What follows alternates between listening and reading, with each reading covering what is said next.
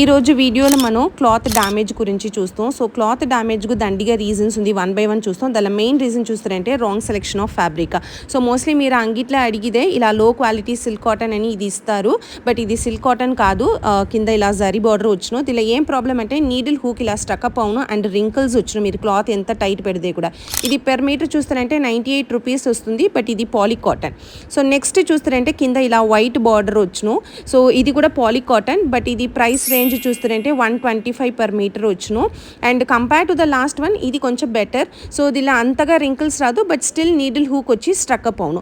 So మీకు కొంచెం తక్కువ రేట్లో కావాలంటే ఇది మీరు చూస్ చేసుకోవచ్చు. అండ్ నెక్స్ట్ వన్ చూస్తారంటే సిల్క్ కాటన్. సో ఇది ద సిల్క్ కాటన్, కింద వచ్చి ఇలా బార్డర్ వచ్చును. అండ్ ఇది ప్రైస్ రేంజ్ చూస్తారంటే like 390 to 500, place to place కొంచెం ఎక్కువ తక్కువ డిఫర్ అవును మీకు.